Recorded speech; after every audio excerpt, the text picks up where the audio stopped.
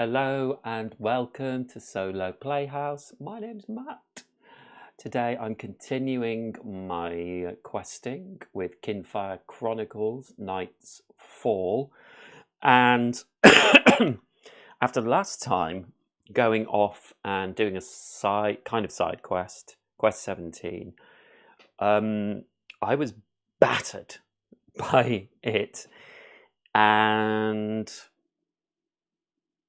yeah, we didn't last very long. Actually, the stream I was just looking was an hour and a half, but we didn't last very long.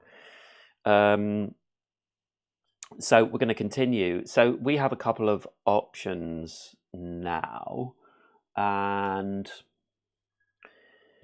we have quest 16. Oh, let's go top. Yeah, we have quest 16 and quest 4. So we have Ash and Bramble, which is Hoyt Belgar, a dwarven scholar in Vina, has asked for your help. A friend and colleague of his was recently robbed and murdered. Perhaps you could track down whoever did this. Will you embark on this quest, open quest 16? Or we have a Ring of Fire, which is kind of the main sort of story, I think.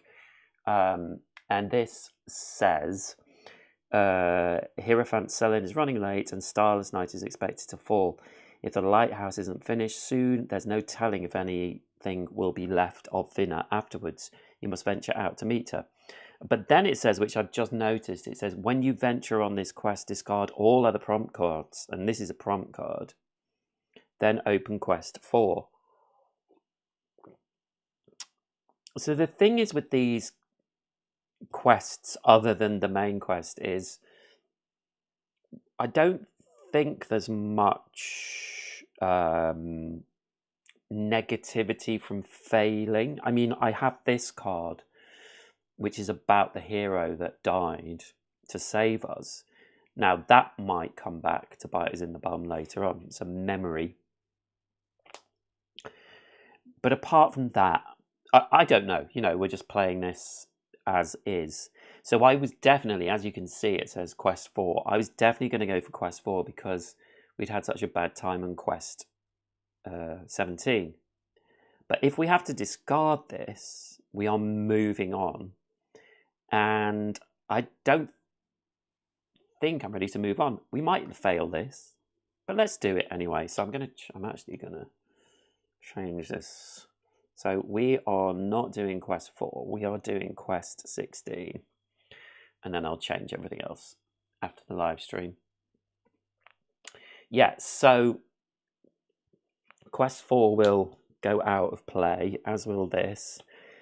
And so, yeah, Hoyt Belgar, a dwarven scholar, a recent friend and colleague of his was recently robbed and murdered. Perhaps you could track down whoever did this. So we're going, well, before we do this, we're going to do our 3 town actions. I think we've been everywhere. We've got 2 to do in particular, and I can't remember lighthouse construction, so let's do that. So we will go to number 7 in the Vina pack.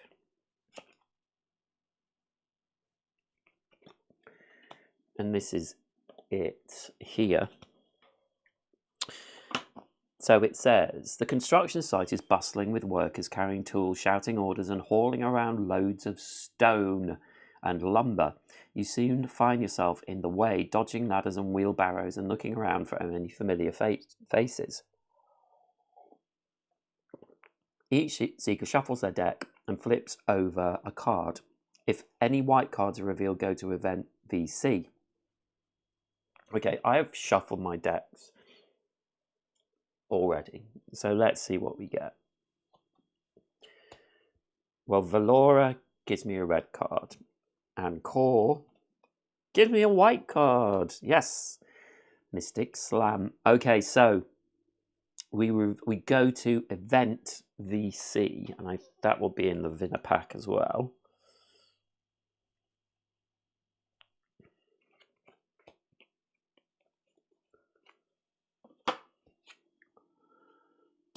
And this says, Just as you're about to leave the site and get out of everyone's way, you spot a familiar face, the leader of the caravan you escorted to Vinna. Catching sight of you, he waves you over. I'm glad I have a chance to thank you for getting us all here in one piece. He pulls out a small jade carving of a cat and hands it to you. Take this, it brought me quite a bit of luck thus far. Perhaps it will bring you luck as well, and if not, you can always sell it for some coin, right? Slapping you all on the back and shaking your hands, he bids you farewell and good luck. Take memory VC and remove V7 and this card from Vinna. Oh, memory VC, okay. Memory.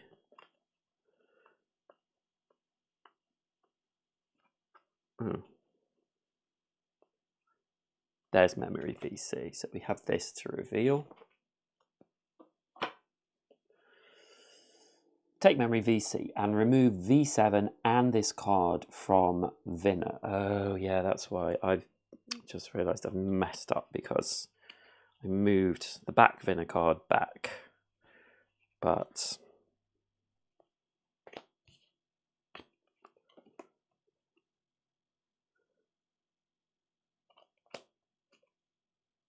Quest 3 is out, Quest 17 is out. Yeah, I think that's it.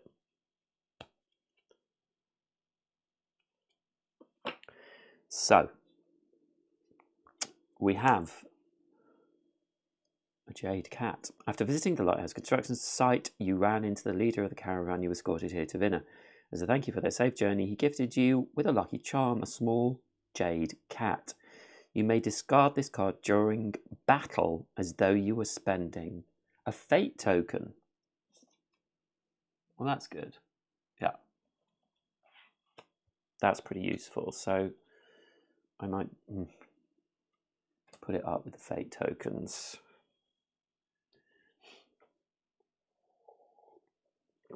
For now. Okay, so that was our first town action. So we have two more. One, we probably need to go to the Lonely Tavern. I've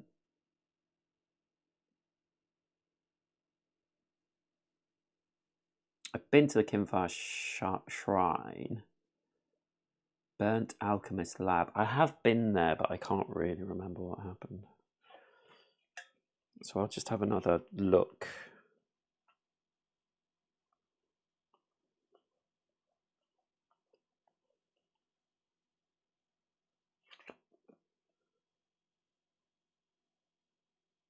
Oh yeah, we've already done that.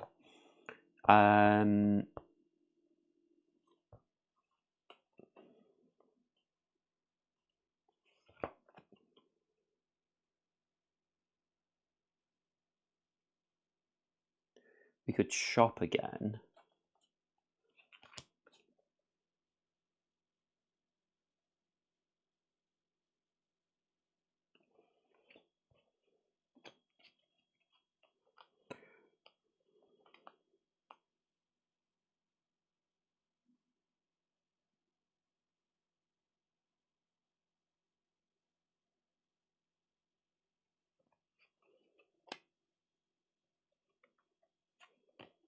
Okay, I think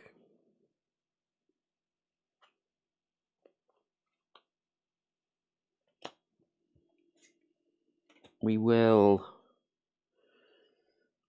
go to the Kinfire Shrine. I'm not sure if we've been here. These cards are a bit messed up.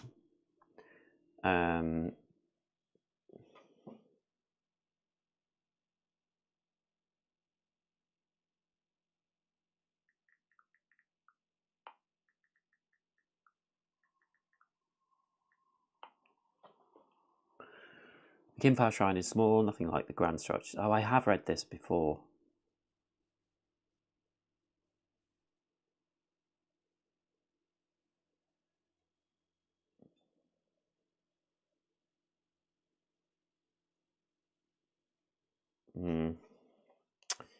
I've messed this up a little bit, I think.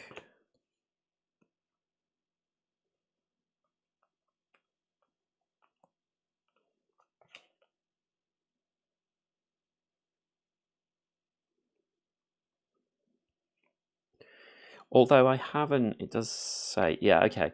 So I'm going to read this anyway. You explain your purpose here, Ravinia, but she seems to already know who you are. She tells you a little bit about the shrine and recent construction. Before you leave, she stops you. For my skill, I saw a vision in the Kinfire. A soul suffering and cast out some creature nearby is in Ziva's aid. If you come across anyone of this description, please let me know. I have done this quest, so I'm not going to do these. I'm going to pop these out of play.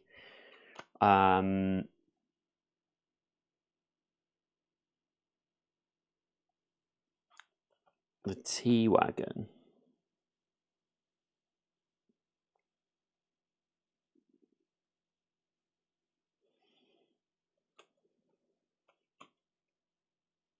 Yeah, we haven't been there, so we'll do that. As you near the field, your eye is caught by a merchant wagon parked among the wildflowers. Inside, a large hulking man bends to look at you through the window. Hello there. Care to join me for a spot of mint leaf tea? You gratefully accept and watch as the wagon sways and heaves with the giant man's every move. With thick fingers, he hands each of you a tiny teacup through the window. The sweet flowers that grow here are the key ingredient in many of my blends, he tells you. I also use them to brew it of healing ointment. I like to call it sweet balm. I can sell you some for 1 coin per dose if you'd like. You may shop at Luca's Tea Wagon. Add it to the Finna Market if you haven't already. See Shopping in Town Centre rulebook for further information. Your city action is over. So we have Luca's Tea Wagon. I can sell you some sweet balm for 1 coin a dose, though my stock's fairly limited. I can only make so much of it so fast, after all. These items are for sale. 3 sweet balms. Once purchased. Once purchased, add the cards and any boosts to the Seeker's unused card pool, or swap them into a Seeker's deck using the normal deck building rules. Disposable cards return to the shop if they were purchased from after use.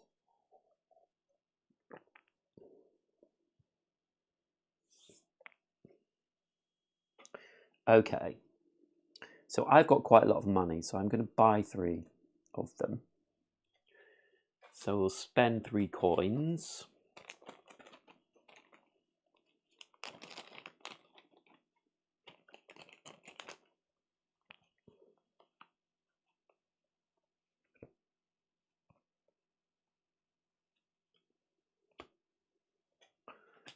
There's 2 of them there. There should be another one.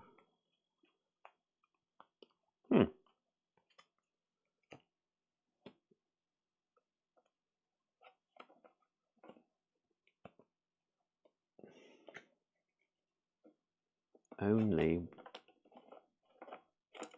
2. So they may have got lost somewhere in... So obviously I have bought this game of someone, so it could just be they've randomly gone somewhere. They're definitely not in that deck.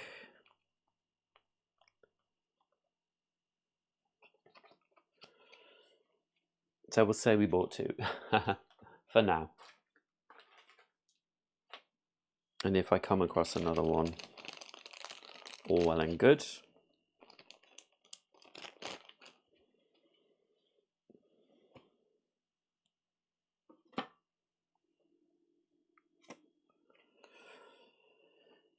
So,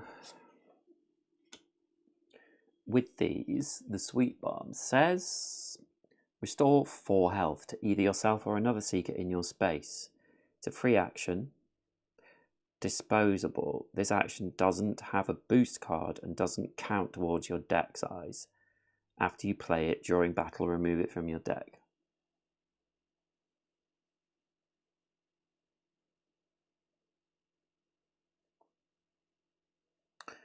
So it says the normal deck building rules, but it says this action doesn't have a boost card and doesn't count towards your deck size.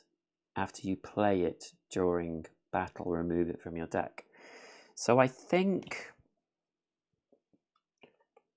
Well, let's give 1 to both of them. So we'll shuffle those in. The decks will get shuffled anyway at the end of this. So that was our second town action. Sweet Bomb will go back.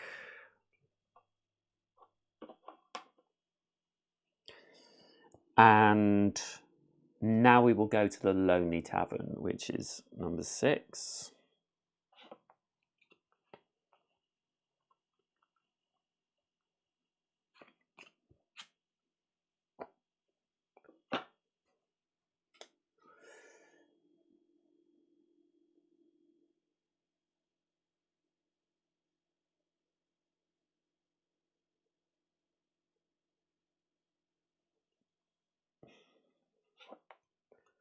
I need to take better care of these cards once I've...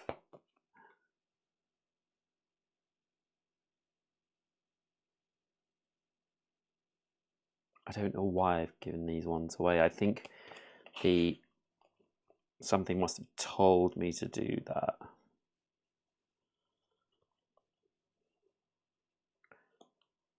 But I basically have very few cards left. So I'm going to discard that as well. So we get another action. So let's go to Millhouse Inn.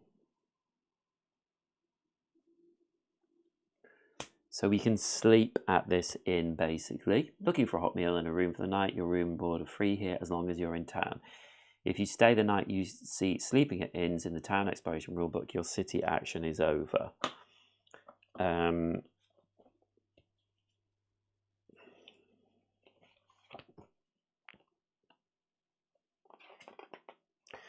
So sleeping in inns.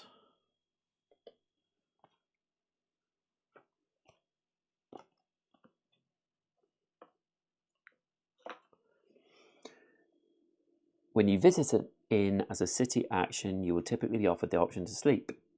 Sleeping at the inns allows your companions to remove all lingering status cards.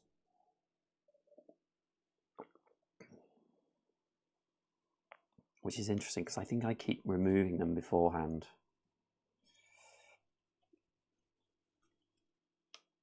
In addition, when you sleep at an inn, you will usually be given the opportunity to customize your Seeker deck using the cards you found. When an inn allows you to customize your Seeker deck,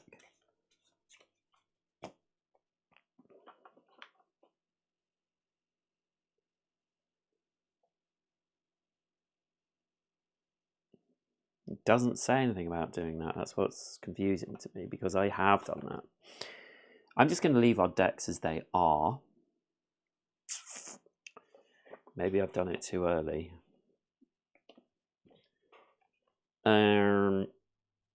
Okay. So now we are doing a quest proper. So we are going to do quest 16, Ashen Bramble. So when you embark on this quest, and basically we're trying to help a friend of Hoyt Belgar, who was robbed and oh no, we're not helping them. They were robbed and murdered. Perhaps you could track down whoever did this. So we're going to quest 16.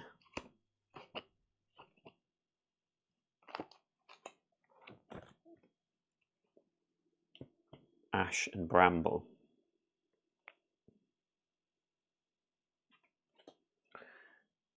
So we'll look at the quest box as well,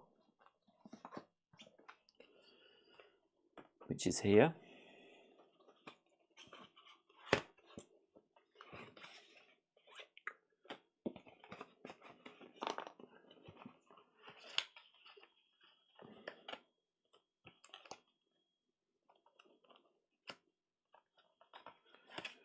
And we have quite a few cards.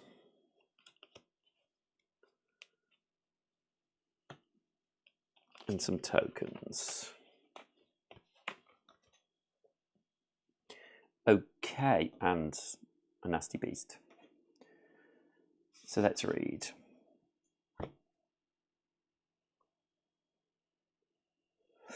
Before you reach the charred remains of the alchemist's lab, you can see Hoyt Belgar, the dwarf you met back at the inn, muttering and pacing back and forth. Ah, he says when he sees you approach.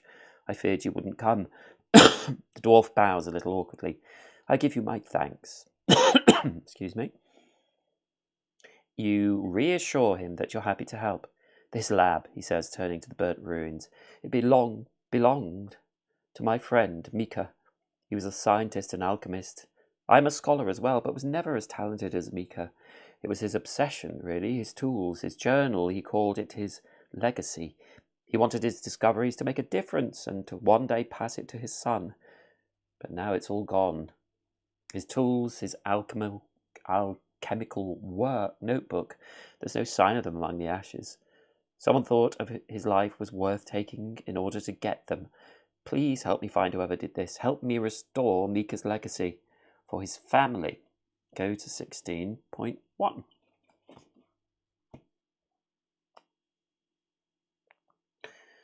Hoyt nudged the charred remains of Mika's workshop with his foot. Mika worked so hard for his life's pursuit just to be sold off for some coin. Please recover anything you can. His family, they deserve answers. Hoyt gives you a description of the missing tools in the notebook. I'm not sure about Hoyt. I'm going to be brutally honest. Okay, take memory 16A. Got to be careful because there's lots of different memories and allies and all sorts. Oh. Memory 16A.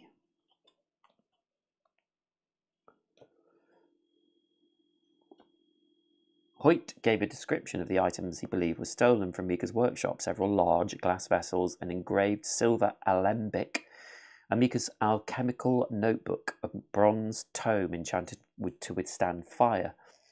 I've already checked with the other local merchants, and they've not heard or seen anything, Hoyt added, though I doubt the thieves would attempt to sell such a unique item here, so close to the crime. More than likely they've left town to peddle them somewhere else. Peddle them somewhere elsewhere, and if so, they would have needed a wagon to carry it. Discard this memory at the end of quest 16. The day after the fire, I spoke to the guards about who had recently left through the town gate. He pulls out a rolled-up parchment from his robes and hands it to you. Take memory 16B.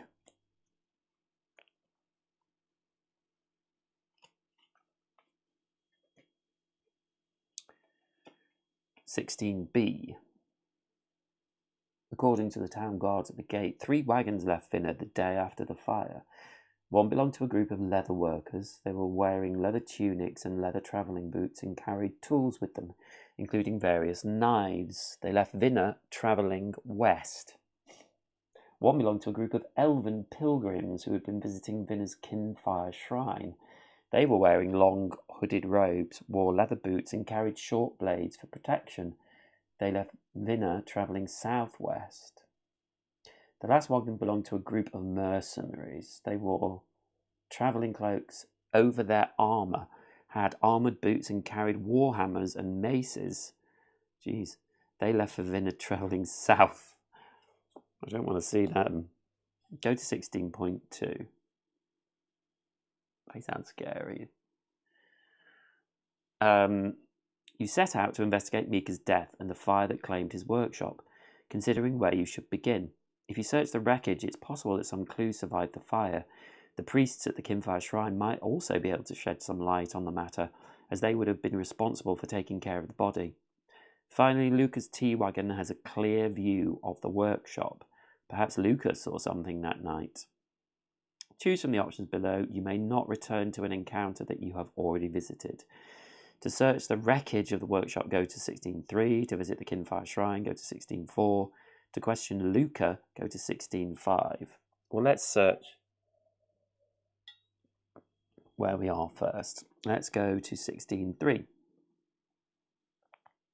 Little remains of Mika's workshop apart from a pile of charred wood and the blackened stone foundation. A layer of ash covers everything. To search for clues, each seeker must flip 2 cards. To find a clue, you need 2 seekers to get 2 blue. Okay, blue cards are not our strong point. but let's have a look. So Valora, 1, 2, no blue. And core 1, it's a white card, so that counts as blue. And we got another blue. So we did it. If we were playing Roland, we would have another thing to do. If you succeed, take memory 16E.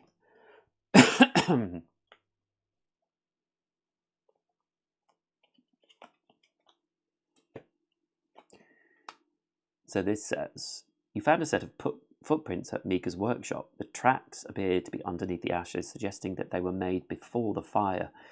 According to Hoyt, they were the wrong size to belong to Mika. The shape and depth of the prints indicated a pair of lightweight leather boots. Okay, so of the 3, leather workers had leather travelling boots. The elven pilgrims had leather boots. But thank goodness the mercenaries had armoured boots, so we're thinking it's not the mercenaries. If you wish to continue in the investigation, each seeker gains an exhausted card. And you return to 16.2. Yeah. So they will go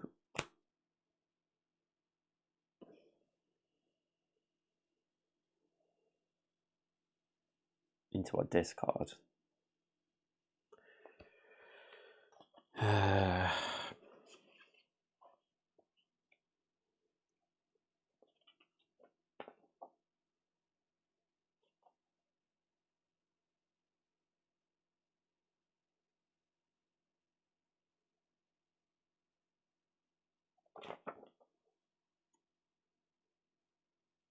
Yeah, they go into our discard.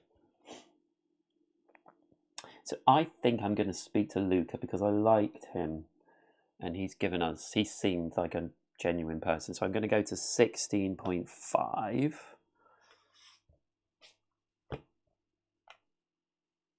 You find Luca, a very large and somewhat hulking man, wedged inside the small interior of his wagon, pouring a cup of tawny-coloured tea. Orcish blend, he says, closing his eyes and inhaling the fragrant steam. You ask him about the night of the fire. He furrows his brows, eyes still closed. I did see something, he says. A group of lurking near the workshop. Long cloaks, shadowed faces. He opens his eyes. I'm afraid I didn't get a good look at them. So we take memory 16C.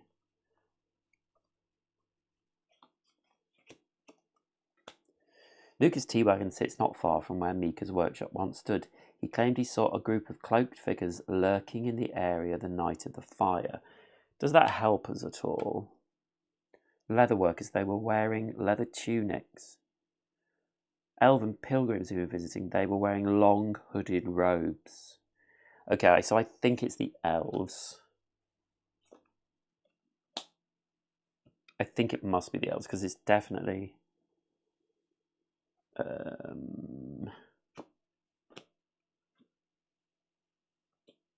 he says long cloak, shadowed faces. Yes. So if we wish to continue, otherwise you leave the town in pursuit of the culprits. Go to 16.6. You return to the gate of Vinna after investigating as much as time has allowed. If you want to catch the culprits, you must leave soon. The question is, which way? Review the memories you've discovered and decide which direction you wish to travel in. So we want the Elven Pilgrims, and they went southwest. So we're going to go to 16.8.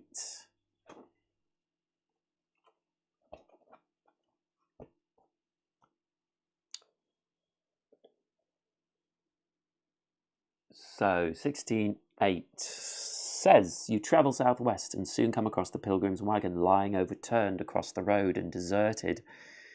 Around the wagon are frenzied footprints, some clearly made by a massive set of clawed paws.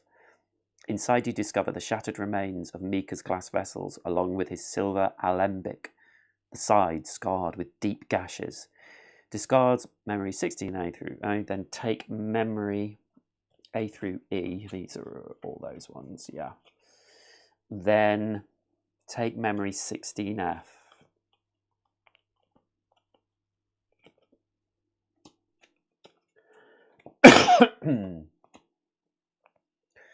You caught up to the pilgrim's wagon on the road southwest of Vinna and discovered that they were indeed the culprits who murdered the alchemist Mika and stole his research. The pilgrims themselves were nowhere to be seen, but inside the turned-over wagon you found the smashed remains of the glass vessels from Mika's workshop along with his silver alembic. Deep gashes lined the side of the alembic, and massive clawed paw prints could be seen surrounding the wagon. Discard this memory at the end of Quest 16. Studying the tracks, you can see that the pilgrims abandoned their wagon to flee into the hills, and that some creature, followed close behind. Go to 1610.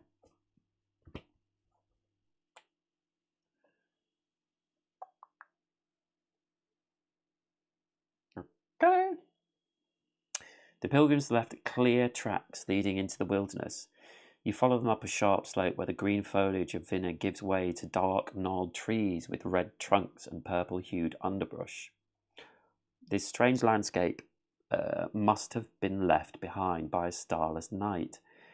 Just ahead in the crook of a tree you see what must be the body of one of the pilgrims crushed by the thick red vines coiled around him. Judging by the tracks, at least one other pilgrim continued on. The passage ahead through the trees and thick underbrush won't be easy. Each seeker flips 2 cards and gains 1 for each non-red revealed. Okay, so we're flipping 2, and if we don't get a red, we get 1 exhausted. So that's 1 exhausted for Valora. And that's fine. And that's also fine. Good old core. And 1611. The trail of boot prints leads into the underbrush, but emerging on the other side are a set of much larger tracks obscured by the mud. You follow the prints to a cave where you hear whimpering coming from the darkness inside.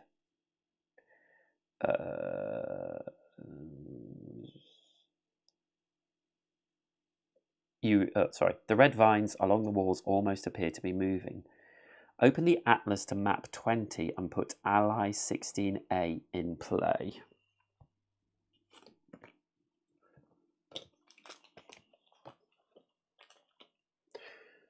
So map 20.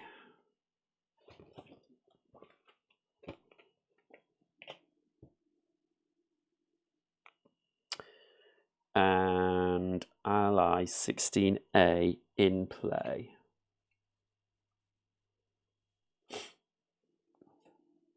Vines lash out at you from the walls and pull you closer. Each seeker moves into an adjacent space with a trapped icon if possible. Then each seeker suffers 1 damage for each trapped card in their hand. Oh, okay. Trapped is going to become something. Trap cards. While any trap cards are in your hand, you cannot move on your turn. If you did not gain a trap card this turn, discard 1. At the end of your turn, when you discard a trap card, return it to the pile. Yeah, okay. So that's something we're going to have to deal with. I don't know where to put. I'll put it there for now. If you have memory 16F. Yes, I do. You enter the cave to find a huge bear-like creature looming over a pilgrim. Gain 2 fate tokens and go to 1612. Okay, well, we are replete with fate tokens. But it's always good to get some more, so I'll put them with our... I need to use these fate tokens if I need them. When they're used, they go into the void box, which is here. So we never get them back, which is cute. And go to 1612. Okay, so this is the setup for the battle.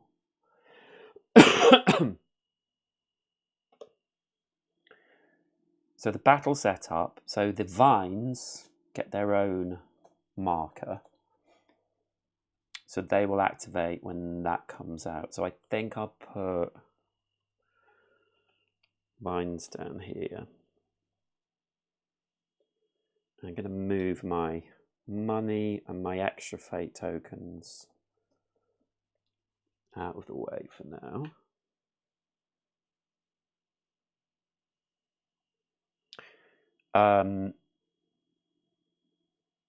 Yeah, so the vines will activate on the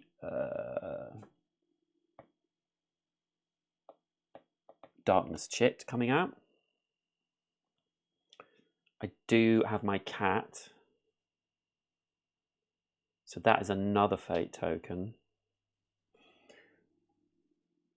Acts as another fate token. And then we have the Ursor,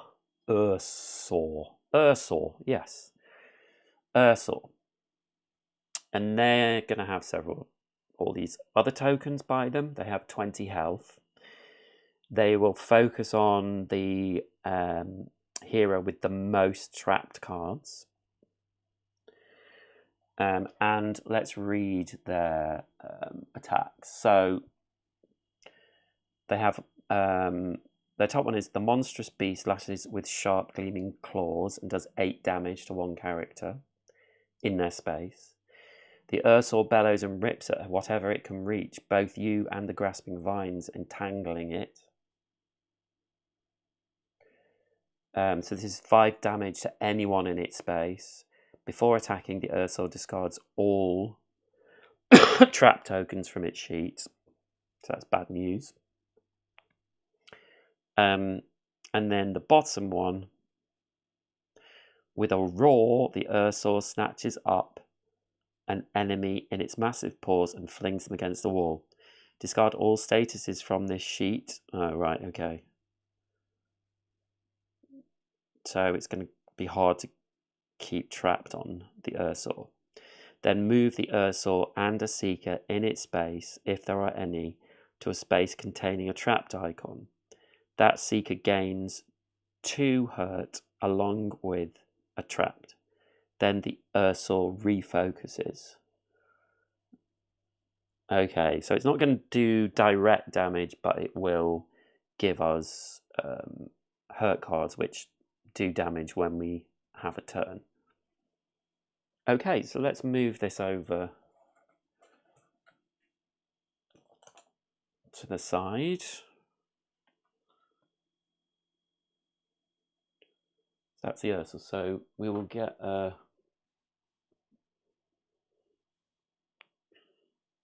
damage thing. So I have 20. And let's put their tokens out. So 1, 2, 3, and 4 on the top action.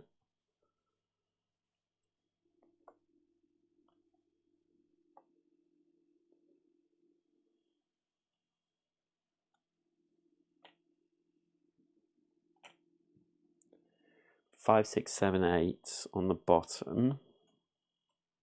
Sorry, middle.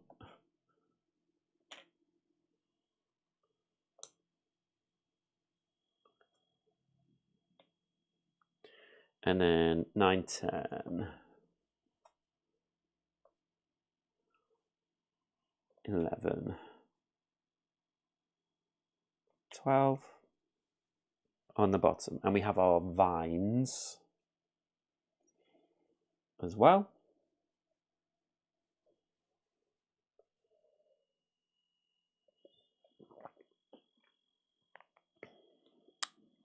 So I think we're almost ready. We just need to put our characters out.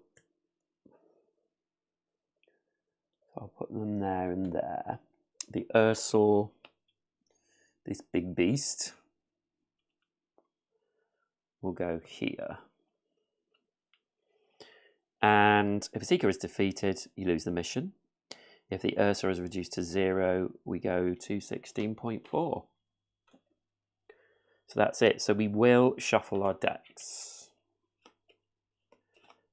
and then do our setup, which is drawing cards.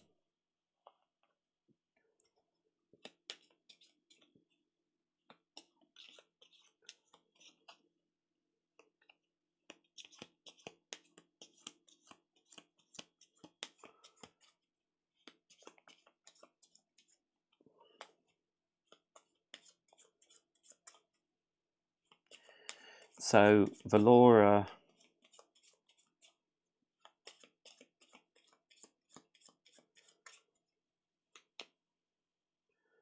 will draw 7 cards. Now, what I forgot last time, I don't think it would have helped me survive, but each time Valora, her Guardian from Afar, her special action is each time Valora enters a space without enemies, she may choose another Seeker within one space of her. That Seeker gains an armor. So these are 7 cards. She's got a Sweet Balm.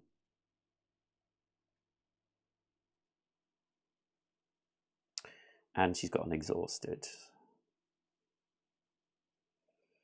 Okay, so she's got 1, 2, 3, 4 actions.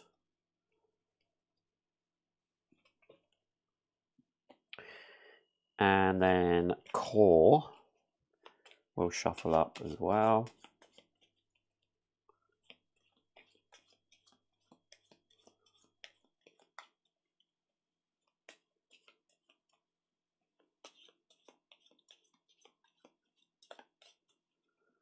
We're not dropping frame rates today, which is very exciting for me. So I think I've hit the sweet spot.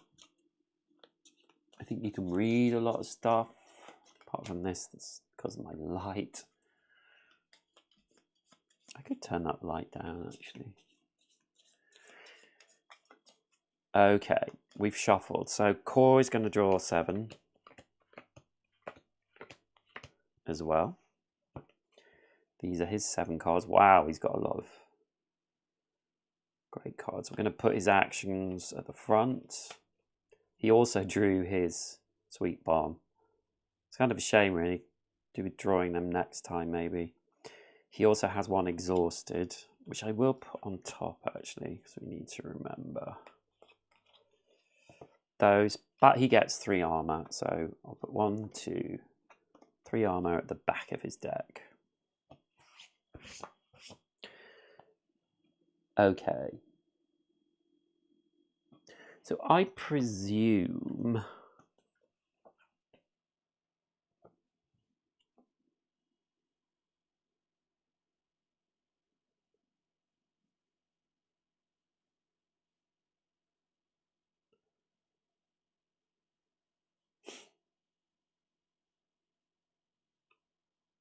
if you move into one of these spaces,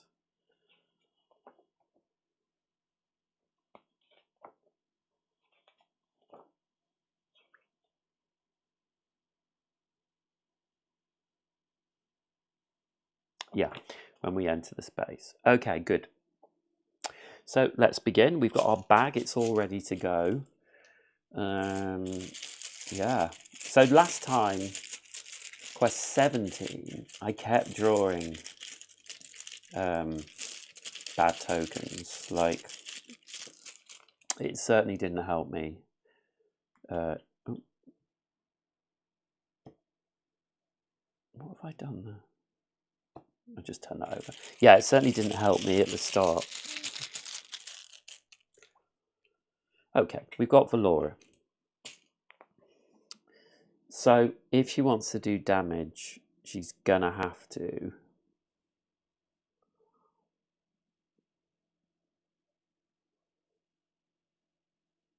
move in. So let's get her to move into the center.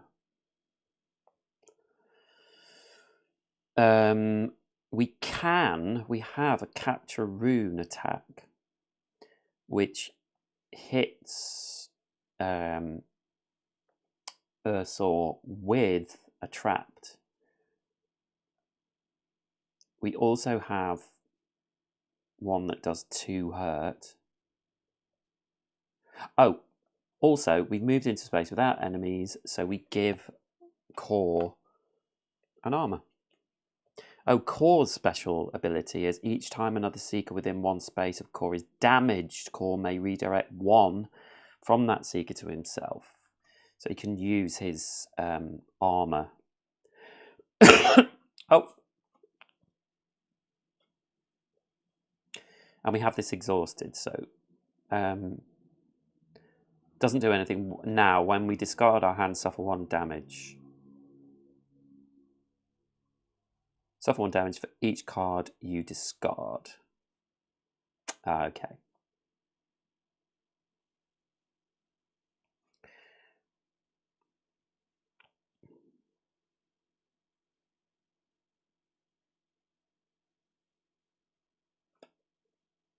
For each card, yeah, so it just stays in our deck, unfortunately.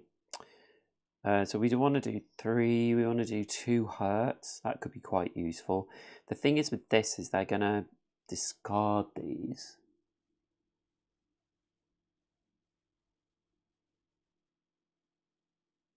The bottom one discards all statuses from the sheet.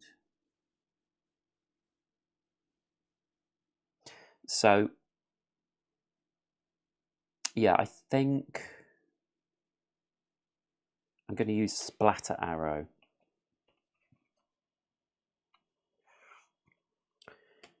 So the question is, can Core help us out here?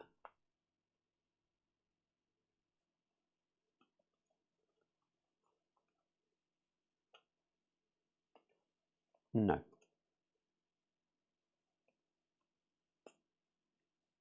No, we can't.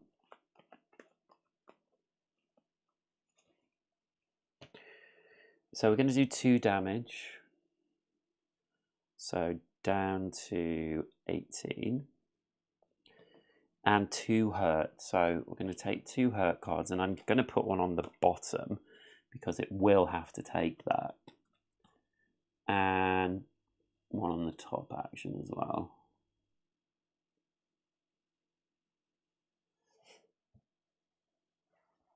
After attacking, give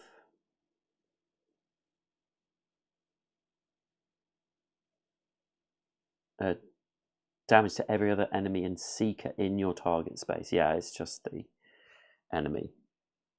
So that's for Laura's turn. So we might have done 4 damage. Just depends.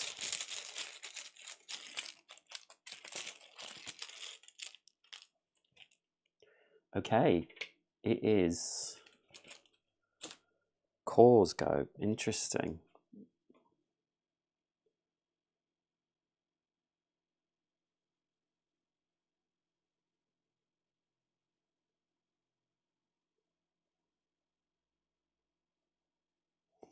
We have a taunt, which can be ranged.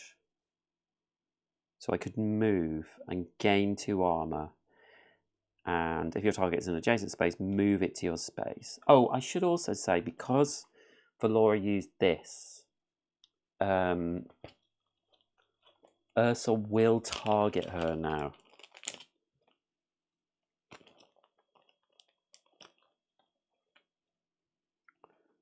So we could taunt them and move them in, and he would gain 2 armor. So we'd have a lot of armor, which would be good.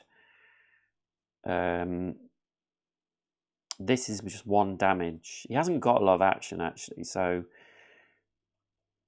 yeah, I think we'll do that. So we'll play that. Oh, so he's going to move first. And we'll play this. So,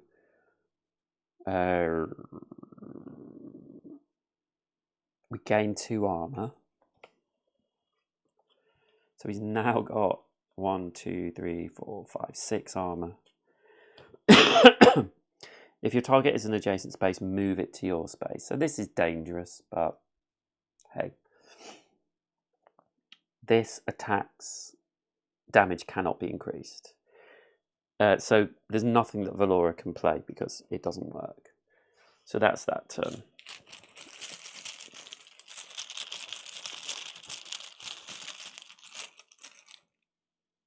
And it's number 1. So There is a hurt token on here, so Ursor is going to take 2 damage, down to 16. The monstrous beast lashes with sharp, gleaming claws, and it's going to attack 8. Now, actually, the taunt moved it to core.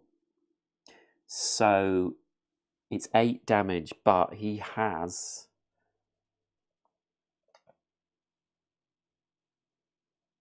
1, 2, 3, 4, 5, 6.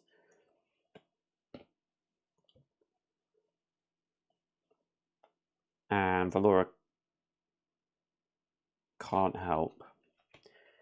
So he will discard 1 and take 6 damage. So he only loses 2 health. Down to 17.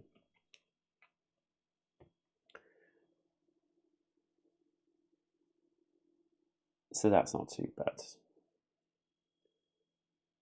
And he doesn't refocus.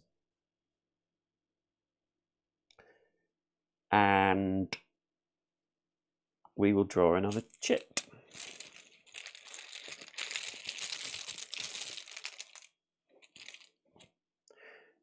And it's 4, so doing the same thing.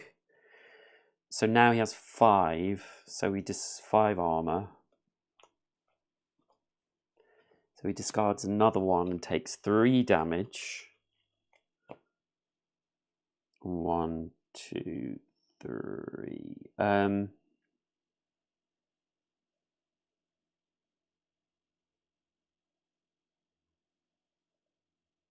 Yeah. So he's down to 14 health.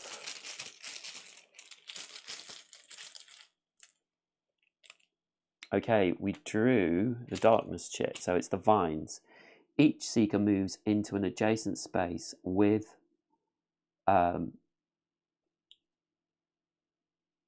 trapped icons, if possible. So yes, it is possible. I think I might split them up. So I'm going to put him there, core there, and he gets a trapped.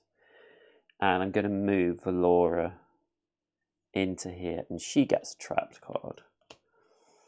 Then each seeker suffers 1 damage for each trapped card in their hand. So core, I think, will discard an armor. When you suffer... Yeah. He has to use his armor if he's got it, and I think that's the right way to do it. Okay. Oh, and this token goes onto the time track.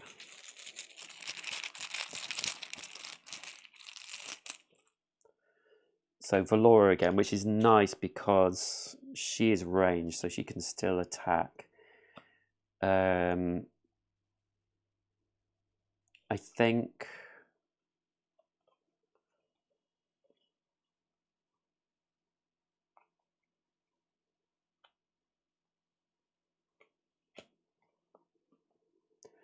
we'll use the solid shot. No. Yeah, we'll use the solid shot. Really, her getting targeted by Ursor is dangerous, but Cord doesn't have a lot of health anyway.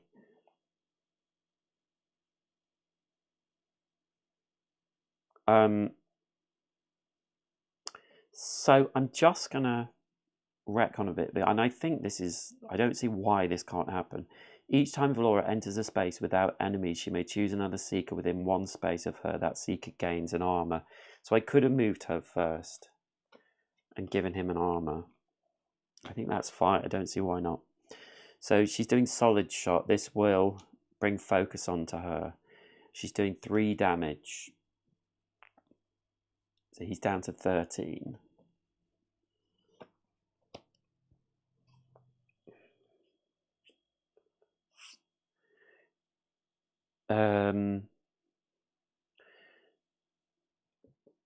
with the trap cards, if you do not gain a trap card this turn, discard one trapped at the end of your turn. So she gained this on the darkness turn, so she does return that.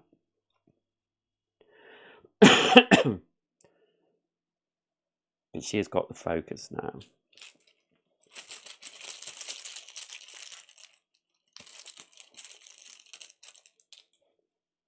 Number 10.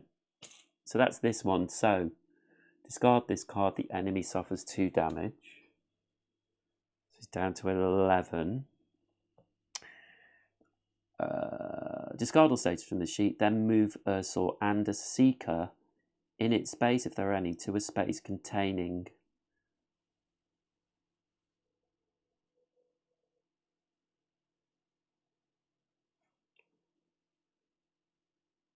a trapped icon. That Seeker gains 2 hurt along with a trapped. Then the Ursor refocuses.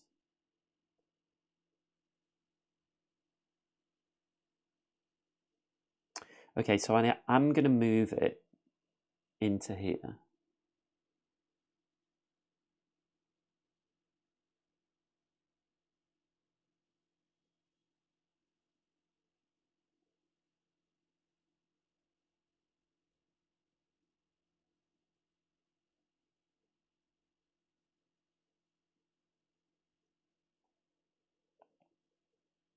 That Seeker.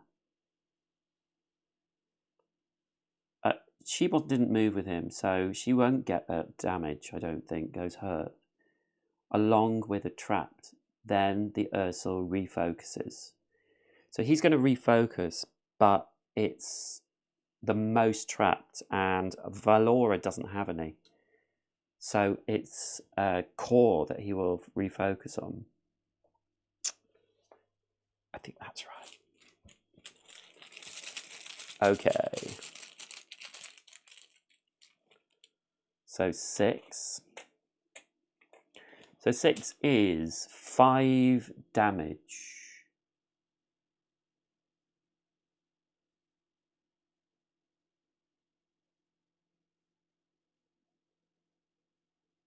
To everyone.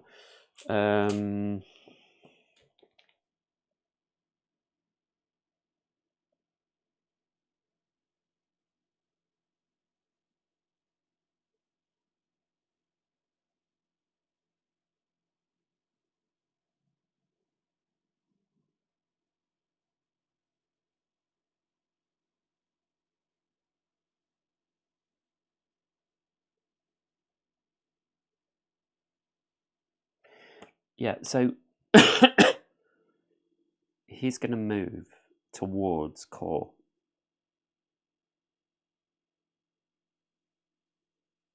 Because even though it's an attack for everyone, he will always try and move towards his focus.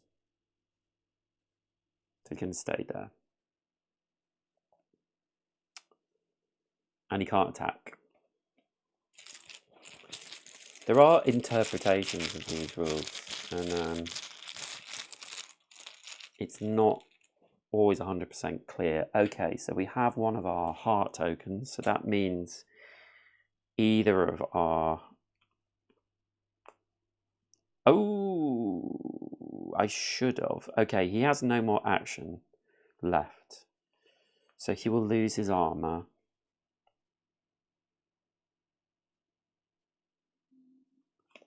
He loses his trapped. Oh, that's interesting. So maybe... Oh, I've done it now. The exhausted...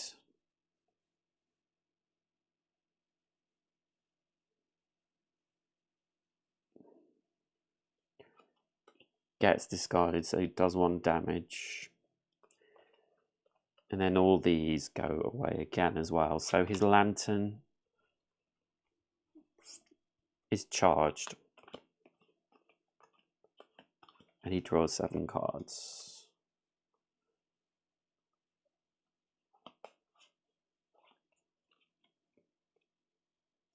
And he gets 3 armor.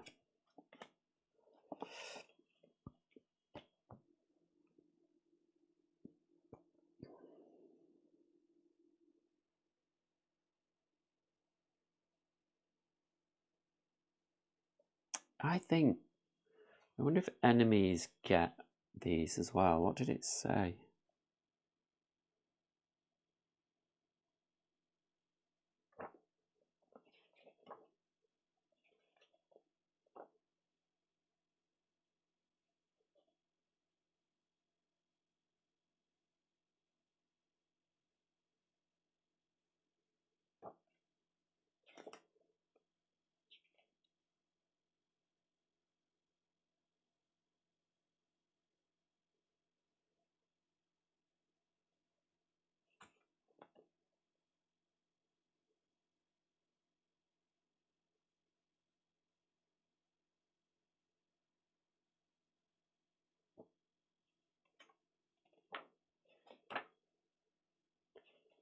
I read it somewhere.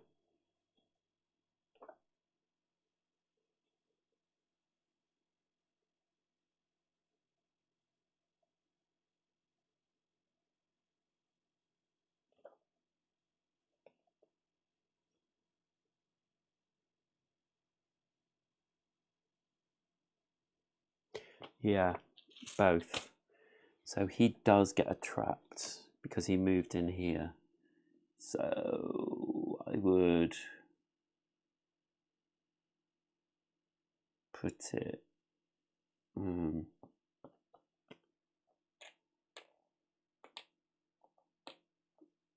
and 4 and 6 and 10. So I will put it on one of these two. Let's put it on that one.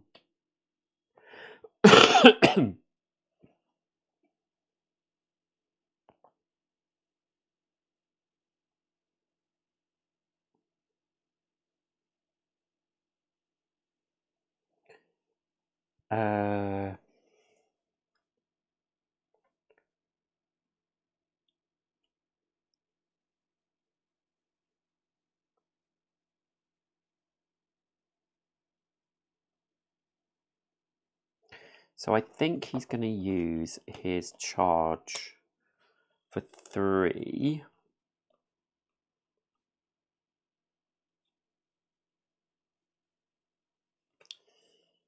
Before attacking, you may move into the same space as your target.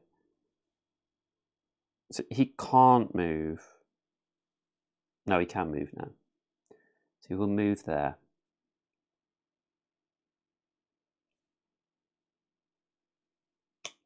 So he will attack for 3. 1, 2, 3. So down to 8.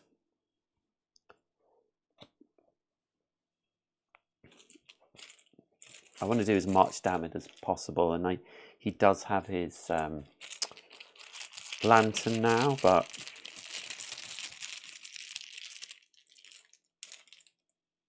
okay, 12. So that's discard all statuses from this sheet, so the trap goes back again. Then move Ursor and a Seeker in its space, if there are any, to a space containing a trapped icon. So yeah, we're going to move them this way. So Core will get trapped, and they get trapped as well. So I'll put it on the middle one again. That Seeker gains 2 hurt, along with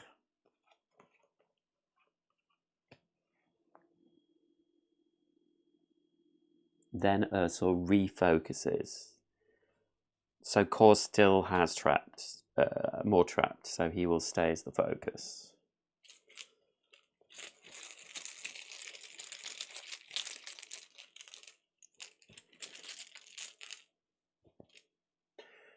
And 11. So that's the same one again. So discard all statuses. Then move Ursor and a Seeker in its space, if there are any, to a space containing a trapped icon. So will it move over here? Maybe. It makes sense. That Seeker gains 2 hurt. Not good. and another trapped. Then Ursula refocuses, but it will still be the same. Okay, there's only one more of those in the bag at the moment. Okay, Valora. So Valora doesn't have any trapped on her. She has 2 actions. So she's going to move one away. So when she does that, she gives Core 1 armor. And we will use Capture Rune.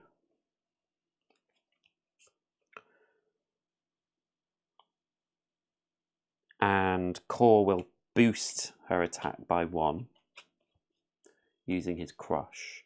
So we're doing 3 damage to Ursula. 1, 2, 3. And we're also giving him a trapped.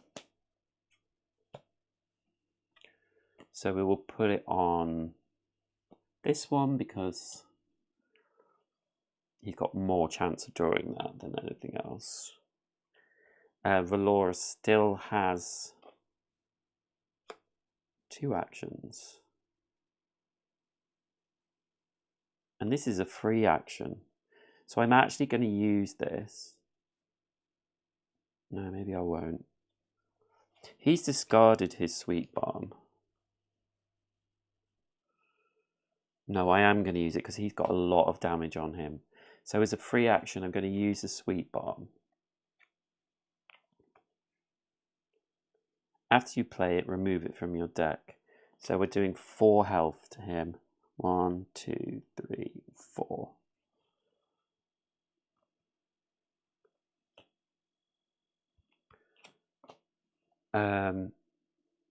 Okay. I mean, he's got health, but I want to definitely try and keep him alive. So we draw 9, which is the same. So we discard all statuses from the sheet, then move Ursula and a Seeker on its space, and a Seeker to a space containing. So it's him again. Yeah, so he takes another 2 hurt.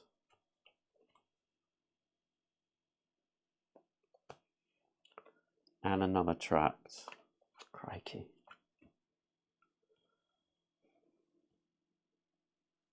Ursula refocuses, but it's going to be him. Poor old Core. And he's only drawn 1 of his chits out. Look how many we've drawn out for flipping the enemy. Come on. Ugh. 7. So, before attacking, the Ursula discards ultimate G. So he's doing 5 damage. So we have 1, 2, 3, 4 armor. So it's only 1 damage. Come on. Got a lot of our chits in here. Okay, Valora again. Okay, so Valora's going to move. She only has 1 attack left, so she will use Valora's bow. Oh, we could have done extra damage with this. Okay, so Valora's bow is going off, and we can boost that attack with his charge for 1. So we're doing 3 damage. 1, 2, 3. So he's down to 2 now. So that's Valora's bow. She has run out of action cards, so she's discarding. She discards this. So she takes 1 damage. Her lantern is charged, which is great because she can probably kill. Although, to be fair, Core can kill him as well. 1, 2, 3, 4, 5, 6, 7. If they are killed, who knows?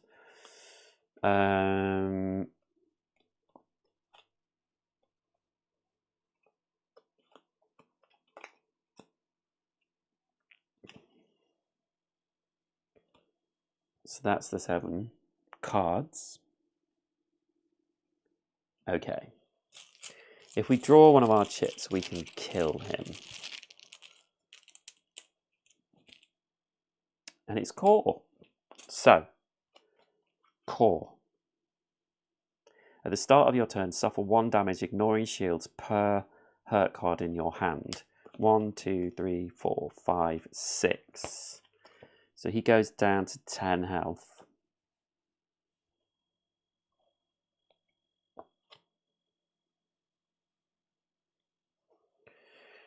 And he can't move, but that's fine.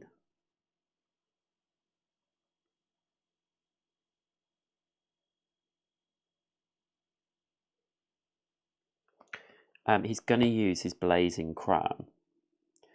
So, his lantern. Before attacking, move all adjacent enemies into your space. After attacking, gain shields, armor per enemy targeted by this attack. So he's attacking for 2, and they die. Well, they're down to 0, so let's just check, because if the Ursa is reduced to 0, go to 16.4. Yeah, thought so. So, where's my little... So it says here, the Ursor enters its second stage. Place overlays 16A and 16B on its sheet. God damn it. 16A and 16B. Okay, so its sheet is going to change. So it gets crazier. And this one, which is number 5, goes here. So it's just going full out attack. We don't have to worry about that right now because they've already used those 4, but it's a 6 damage. Then each seeker up to 1 space away from the Ursor gets weak. When an enemy enters a new stage, remove all status from its sheet and reset its health to full. Oh yeah, it's got 20 health. Any leftover damage from the previous stage is ignored, and any ability tokens now on passive abilities are divided among the... And what? And any ability tokens now on passive abilities are divided among enemies' activities. There are no passive abilities, right? If a seeker is defeated, you lose the mission. If Ursa is reduced to 0, go to 16.6. Okay.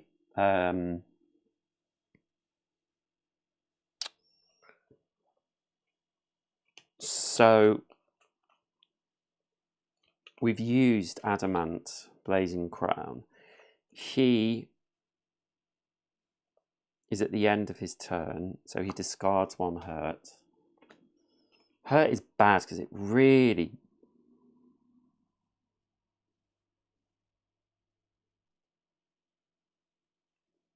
is bad news. Trapped.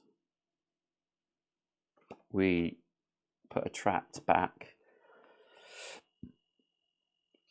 Bad news. I really need to get focus off him, if possible.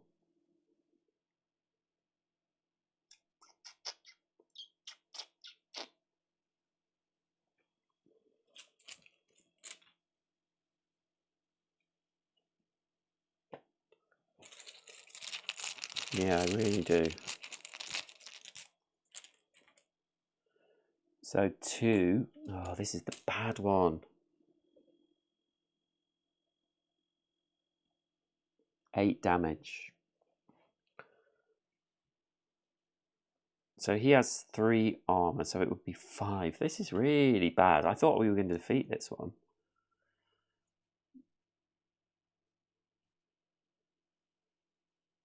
We will play quick shot. So we block 1 for another seeker. So he's not taking 5, he's taking 4 damage. 1, 2, 3, 4. Jeez.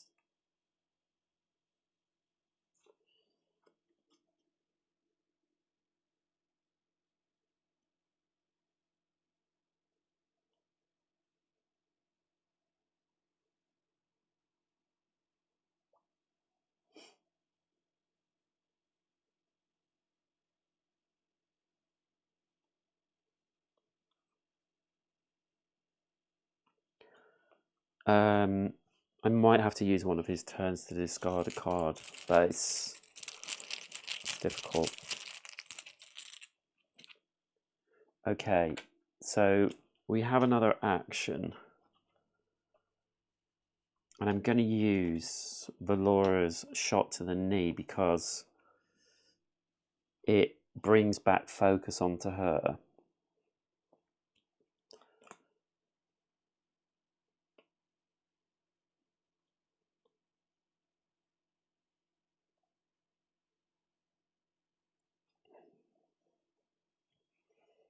So we're going to do 2 damage.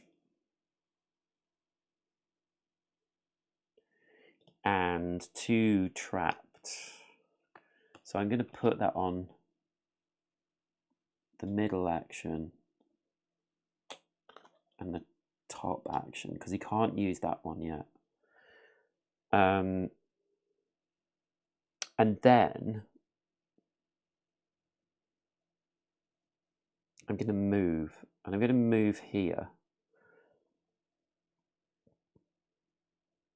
And because Core is 1 space away, he gets 1 armor from her guardian from afar. Did I discard a card? I don't think I did, so... Oh, she's still got her... Okay, I'm just... No, I'm going to stick with that. I must remember she can do this, though. I think she might have run out. I can't remember exactly how many chips are in the bag. Okay, it's Core. Oof. This is kind of bad news for Core. 1, 2, 3, 4, 5. So he's down to 1. Ugh. Oh, I wish he had his potion. Okay, so he's going to use his Shadow Charm, which is a ward action. While this card is in play, each time an enemy leaves your space, you may give them a weak and follow them. So we can perform another action. Oh, damn it. We can't move because we're trapped.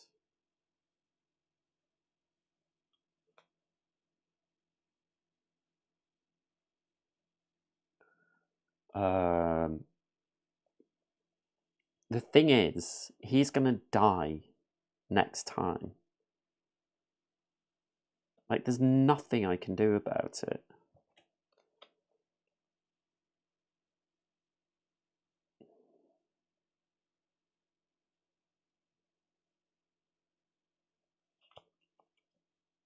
I can use fate tokens. That's what I have to do.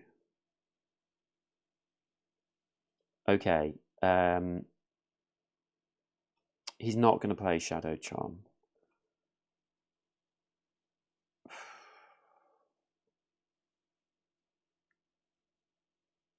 No, he will. I was going to say I could discard a card, but discarding hurt seems pointless at this point because he's only got 1 health. So I should have used fate tokens, basically.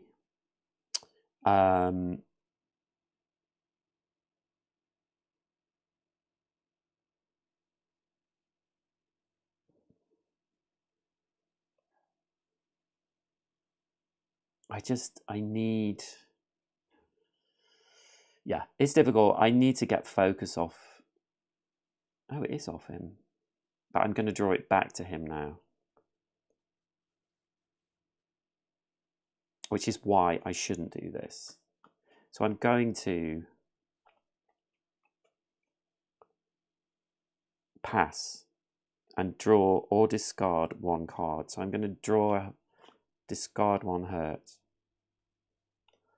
So it goes back.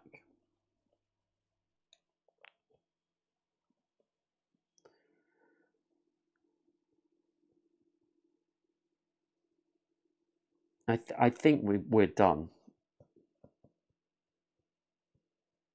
But we have 4 chances. So I'm going to spend a fate token, pop it in the box. So we can now draw 4 chits from the bag. So 1, 2, 3, 4. So I will pick Valora's and put these back.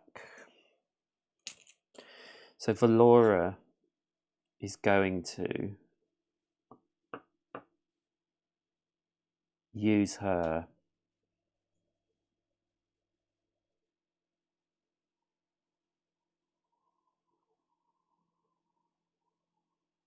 Relentless Hunter.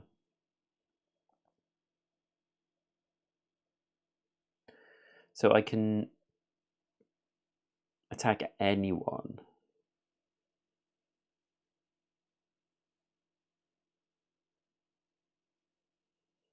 Corey's going to die if he does a turn.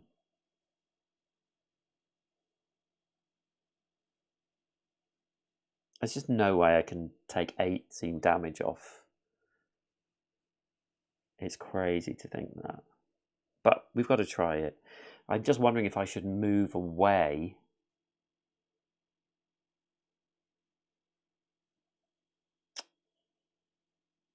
Is there any point in me moving away? I won't be able to move next time.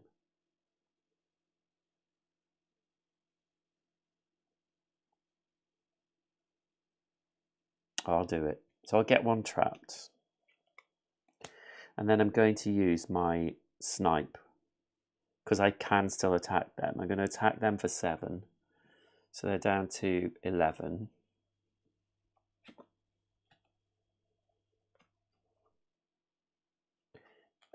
Can Core play anything?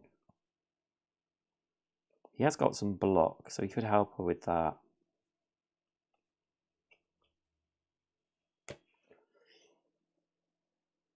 Okay, that's the end of her turn. So I'm going to have to use another fate token. I don't think she's got many tokens left. 1, 2, 3.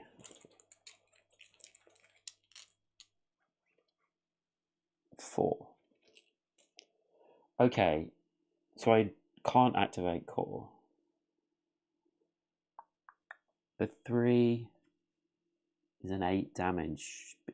He would have to move towards me. That might actually be a good thing to do. Get that 8 damage token out. But he's trapped, so he can't move. I've messed that up for myself.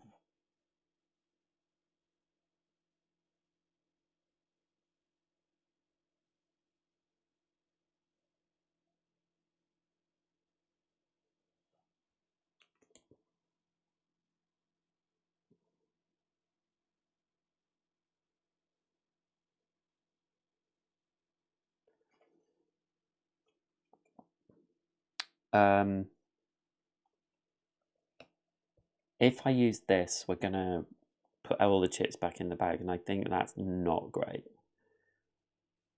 So I will use 3. It's just that I'm not doing any damage.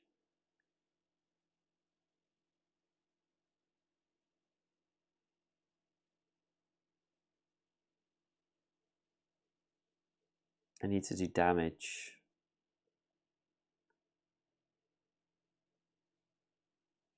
So I think I've got to use that. It's kind of risky, but I think we're not going to win anyway. Okay, so I am attacking. Now I have a ward that stays in play. While this card is in play, your ranged attacks may target enemies 2 spaces away from you. Perform any other action after this one. So I will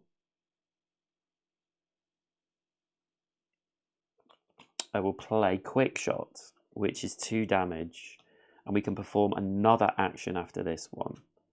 So we'll do 2 damage, and then we will do Fleet Arrow. So we gain 1 movement, but we can't move because we're trapped. But we're doing 2 damage again. Oh, hold on, this might work out. Okay, our ward stays in play. We are trapped.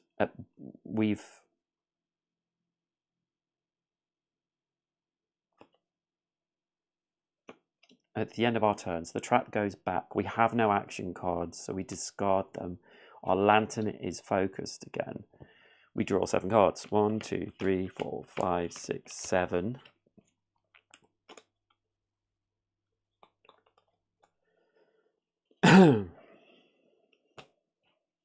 Okay. And all the chips go back in the bag. So this could be...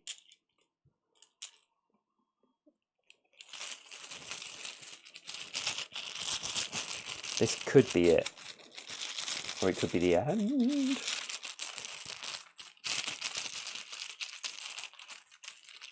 So I do have my Jade Cat, but I think it's better to use the tokens. I don't think it really matters. So I'm going to use the Last Fate token that I have. But I have my Jade Cat, and I'm going to draw 4 out. 1, 2, Jesus. 3, 4. Oh!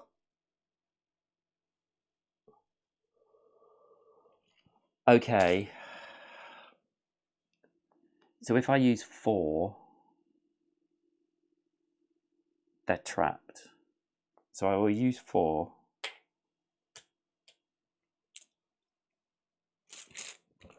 So they're trapped.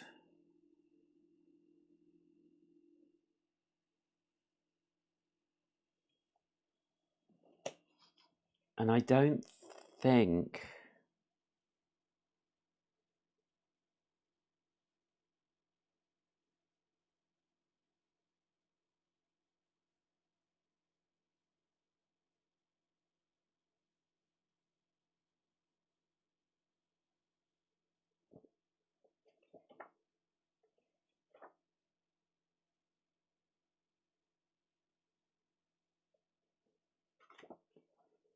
Oh, we've got a fringe situation here.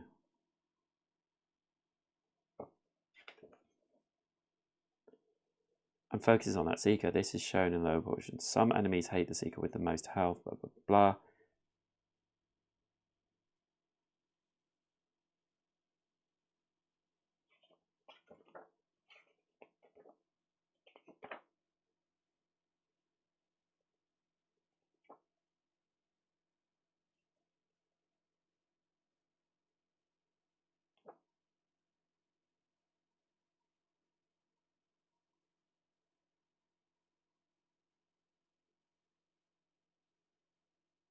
If the enemy moves towards their target, the enemy attempts to move into the Seeker's space.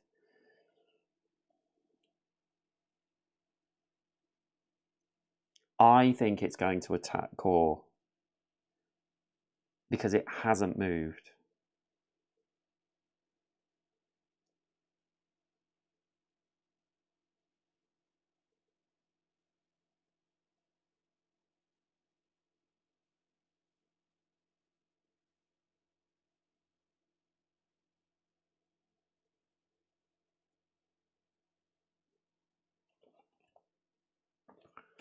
I need to try and find out.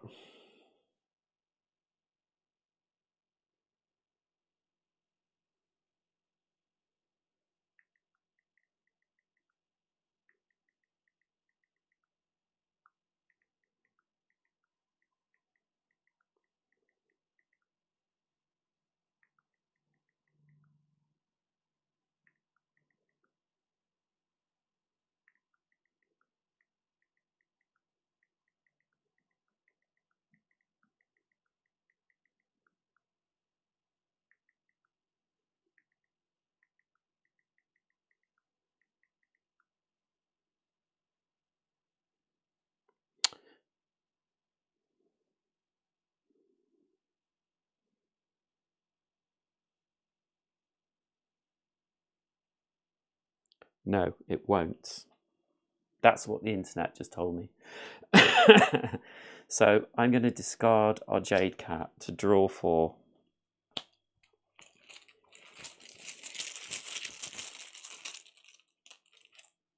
One, two, and we've drawn a Valora. So down to the last wire, we're going to use Valora, and we will use Snipe. And I'm 2 away, but I can do it because I've got Eye of the Huntress. So I'm going to do 7 damage to Ursor, and they're down to 0. So skin of my teeth. If I hadn't had that cat, I would have lost. Core was... Yeah, that's the second time that's happened to Core. You would think with all his armor it would be good, but all this hurt, like you can't... It's really hard to get rid of it. I think I'm playing it right, but it's really hard to get rid of it. Okay. So let's read the end of this. So we won.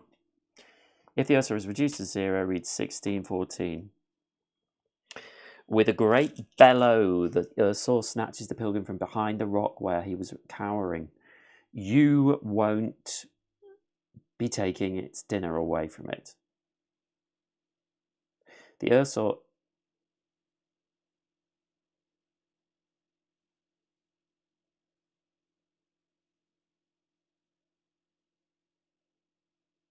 No, we've done that. The Ursa is just go to 1616. Oh God, I was like, what, another one?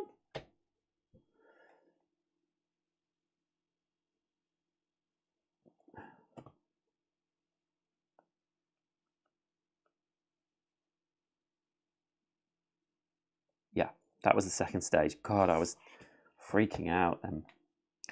You pull the pilgrim out of the cave and away from the fallen Ursor. He slumps on a rock, relieved until he sees your faces. You ask him about the workshop fire. He stammers for a moment and then confesses. It was our duty, he explains. The alchemist, he was attempting to manipulate Kinfire. For anyone outside the temple to do such a thing, it's heresy. You ask the pilgrim to hand over Mika's belongings. The elf pats his pockets for a while and then shakes his head. You take a step forward, staring him down. The elf cowers and in one quick movement pulls out Mika's notebook. You escort the pilgrim back to Vina and hand him over to the authorities.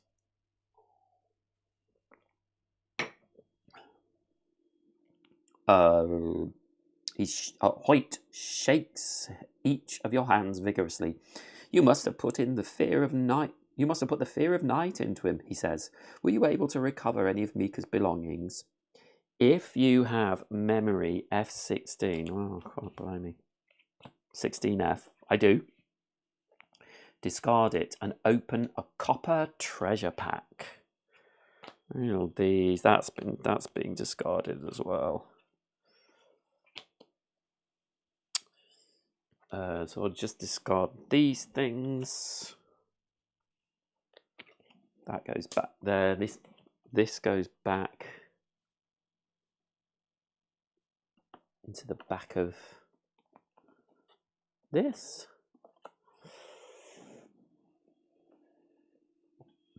So we get a copper treasure pack. So we choose these at random, and then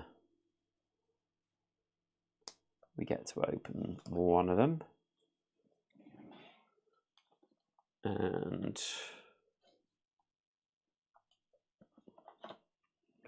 we get the stuff that's in them. So we've got Mighty Shot, which is a 4 attack, which is quite strong. We have a Rush, which is a 2 melee attack. Before attacking, you may move into the same space as your target. We have Surround, 2 attack, plus 1 damage for every other seeker in your space. Not so great for us. I guess who you were playing for. Shield Charm, which is a ward action. When played, gain 1 armor. While this card is in play, you may discard it instead of discarding any armor. Ooh, useful for core. So we get those cards and they go into our display of cards that we have. our unused cards. So I'll put them at the front.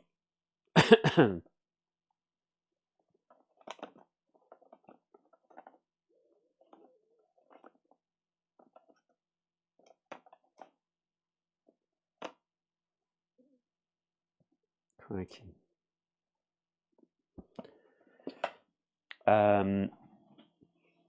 You hesitate before handing over the notebook, thinking back to what the elf has said about heresy.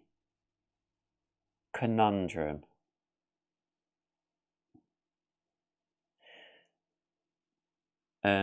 So we can do either option here because Core is on this side and Valora is on this side. Give the notebook to Hoyt. Tell Hoyt you were unable to recover the notebook. I feel like Hoyt was up to no good. So I'm going to go with Valera's side of this, which means that she gets a Kinfire token. Whoops. But they've both got 2 at the moment, so it doesn't really. So we go to 16.9. So, 16.9. You tell Hoyt that you're unable to recover Mika's notebook. The dwarf turns away at this. Those zealots, they probably destroyed it, he said. Mika, my friend, you'll have to live in our memories if nowhere else. He thanks each of you and bows before taking his leave. Until we meet again. Take memory 16H.